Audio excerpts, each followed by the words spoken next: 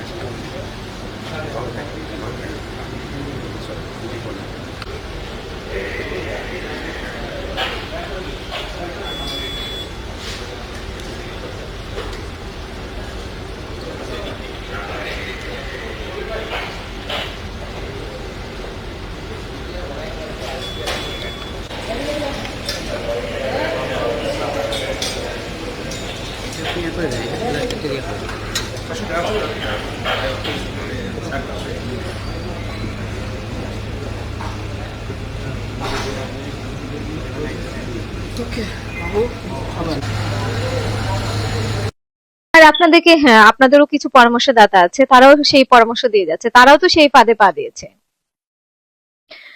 আমরা আসলে দেশের ভালোর জন্য আমরা কাজ করতেছি না, আমরা কাজ করতেছি ওই যারা দেশে ক্ষতি করতে যাচ্ছে তাদের মানে সুবিধার জন্য আমরা কাজ করতেছি। আমরা এতটাই বোকা যে আমাদের দেশের জন্য কোনটা ভালো কোনটা খারাপ সেটা আমরা মানে করতেছি না। আমরা ভারত বিরোধী আমরা বলতেছি আওয়ামী লীগ এগুলো করাচ্ছে। তা আওয়ামী লীগ ও ভারত যদি এগুলো করিয়ে থাকে তাহলে আমরা তো জানি যে তারা এই পরিস্থিতিতে বাংলাদেশে এরকম একটা অস্থিতিশীল পরিস্থিতি তৈরি হোক তারা সেটা চায়। তো আমরা সেটাই তৈরি করে দিয়েছি। এবার বুঝতে পারতেছেন আমরা বাঙালি কত বোকা জাতি। এখানে বোকা মানে বোকা চোদা বলা উচিত, বাট আসলে আমি তো বলতে পারি না, গালি দিতে পারি না। আমাদের কি করা উচিত ছিল? আমাদের করা উচিত ছিল হাদির বিচারটা নিশ্চিত করা উচিত ছিল, হাদি হত্যার। আমরা সেটা না করে আমরা মানে অন্যদিকে মোড় নিয়েছি। যেটা সেই গোষ্ঠী চাইছিল সেই গোষ্ঠীর মানে পাতানো ফাঁদে আমরা পা দিয়েছি। তা আসলে আমাদের এখনো চিন্তা করার অনেক দরকার আছে যে আমরা আসলে এগুলো করব না দেশ গঠনের জন্য আমরা কাজ করব।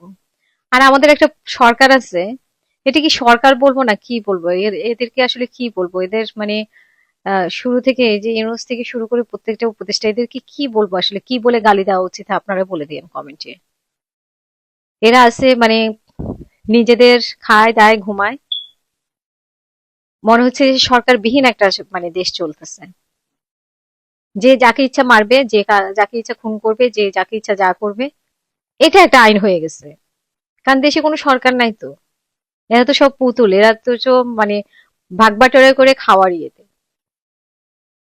ওই যে বিজয় দিবসের দিন ইয়েকে জেলে জনাকে জিজ্ঞেস করছে যে আপনাদের সফলতা, তিনি মানে বিরক্ত হয়েছেন যে আমরা একটা ভঙ্গুর দেশকে পাইছি, সেই ভঙ্গুর দেশকে আমরা মানে এই পর্যায়ে এনেছি। ভাই আপনারা কোন পর্যায়ে এনেছেন? আপনারা তো দেশকে ধ্বংস করে দিচ্ছেন। দেশের মানুষের একটা মানুষের কোনো নিরাপত্তা নাই, আপনারা ধ্বংসের শেষ সীমান্তে পৌঁছাই দিচ্ছেন। আর আপনারা যেই যেমনে পারছেন লুটপাট করে খাইছেন, এই ছাড়া তো আপনারা দেশের জন্য আর কিছু করেন নাই। এনিওয়ে, আপনাদের মতামত জানতে চাই কমেন্ট বক্সে।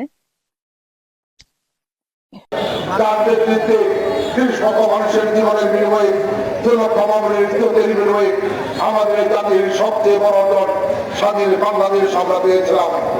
সেই বীর মুক্তিযোদ্ধা শহীদ জিরাম বীরুত্তম সহ সকল বীর শহীদদের আত্মার প্রতি শ্রদ্ধা নিবেদন করছি।